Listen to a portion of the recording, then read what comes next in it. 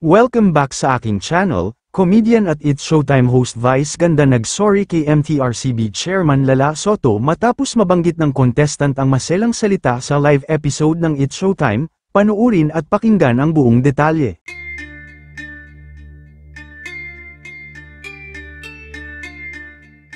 Naging mabilis nga sa pagsite si unkabogable star Vice Ganda sa isang teacher contestant ng segment na Laro-Laro Pick ng noontime show na It's Showtime, matapos mabigkas ang maselang bahagi ng katawan ng babae, sa Saturday episode nitong October 4.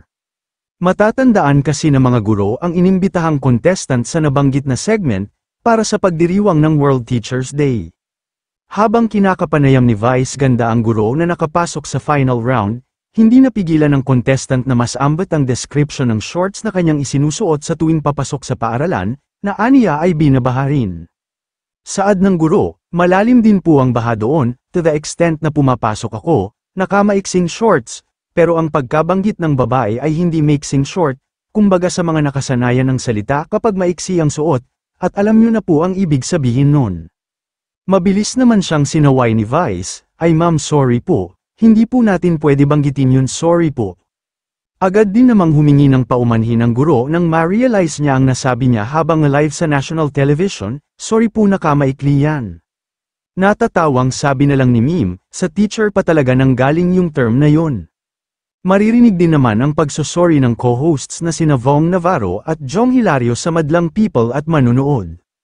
At agad ni nag-sorry si Vice kay Lala Soto, Miss Lala, sorry po, sorry sa MTRCB, sa lahat po ng mga kumakain, sa lahat ng mga nanunood, sorry po, nabigla lang, masyado lang po kami naging komportable sa isa't isa, very sorry.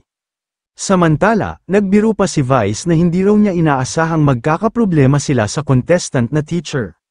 Si Miss Lala na binanggit ni Vice Ganda ay si Lala Soto Antonio, na siya pa ring chairman ng Movie and Television Review and Classification Board, o MTRCB na nagmomonitor sa mga palabas sa sinehan at telebisyon, at nagka-classify sa rating nito.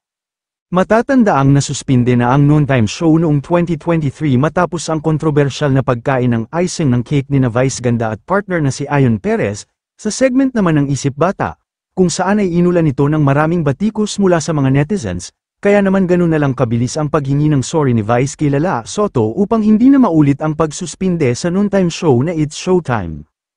Kayo mga ka-showbiz, anong masasabi nyo sa ating showbiz topic ngayon?